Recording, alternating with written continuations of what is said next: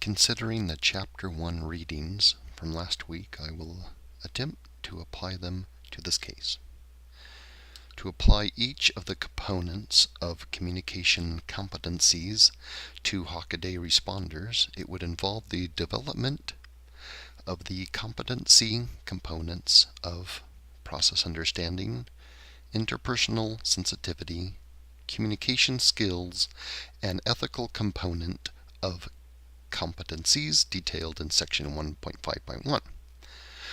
Process understanding refers to the cognitive ability to understand the dynamics of the communication event. With no face time and no sense of belonging for the virtual team, the process understanding was not developed for this component. The process understanding was not developed for this component before the distressing event. Interpersonal sensitivity is the ability to perceive feelings and meanings, and also takes face-to-face time to develop, especially before a critical event. Communication skills are the ability to develop and interpret message strategies in specific situations. Since Mary did not practice this dynamic before the event, the interpretive aspect was immature. The ethical component of competency is the attitudinal set that governs concern for the well-being of all participants and taking responsibility for the communication outcomes. Unless negotiated and practiced before a critical event, a team will devolve with a focus off the communication outcomes. I would apply the concept of excellence. I would apply the concept of excellence in communication to the various situations at Hockaday responders by stating that communication competencies involves our personal willingness and ability to communicate so that our meanings are understood and we understand the meanings of others detailed in section 1.5.1. Without the face-to-face interactions of the virtual team, they did not develop the willingness to understand the message of others, since there was no investment in the relationships. I would apply the concept of communication as constituting organizations to Hockaday responders by stating that constituting or bringing about a work experience of working together and making sense of what it means, as described in section 1.7.1, when the virtual team exchanged their individual realities, their lack of communication did not construct a shared reality. The major organizational challenges Hockaday responders faces based on discussion in and of individual and organizational challenges involves that there are current factors that contribute to new organizational types. The virtual organization has impacts on interpersonal relationships, group interactions. Management and leadership is not associated with old social contracts described in the introduction of organizational communication.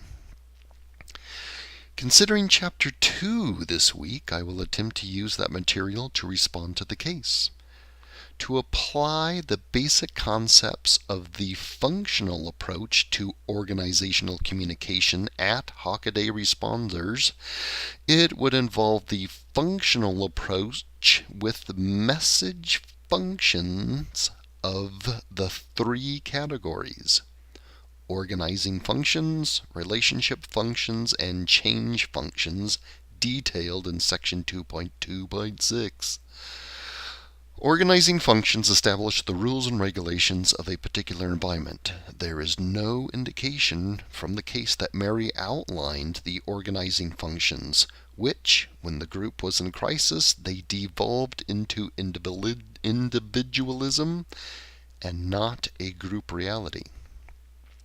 Relationship functions. of organizational communication helps individuals define their roles and assess the capability of goals detailed in section 2.2.8. This contributes to a sense of belonging, referred to as integrative or maintenance messages. The effectiveness of relationship messages is reflected in employee behaviors, be it good or bad. With the absence of the relationship messages in a virtual team, the sense of belonging was also absent. Change functions help organizations adapt what they do and how they do it, and are essential to an open system detailed in section 2.2.9. With no change functions defined, we witnessed a closed system during the stressful event. Hockaday responders, from the meaning-centered perspective, involves concepts describing organizational communication as the process for gathering shared realities that become organizing, decision-making, sense-making, influence, and culture, all described in section 2.3. I will focus on two of the concepts related to this case. This influence concept idea helped me understand this case by understanding what connects humans to an organization and sense of belonging. I can apply this concept idea to the case by the fact the virtual team asked for more face-to-face time, with the goal of in-depth dialogue to develop approaches to problems encountered by the team and to identify methods for improved client service. Plus, the team did report being connected to the regional center personnel they were housed with compared to the virtual team members. A possible alternative this concept idea suggests for the current case involves the organization focusing on socializing members. This cultural concept idea helped me understand this case by how a group comes to a shared reality. I can apply this concept idea to the case by reading how the virtual team had no shared reality during the event, and how the lack of a shared reality affected communication between team members. Even language was not a shared reality for the group, since they devolved into their native languages.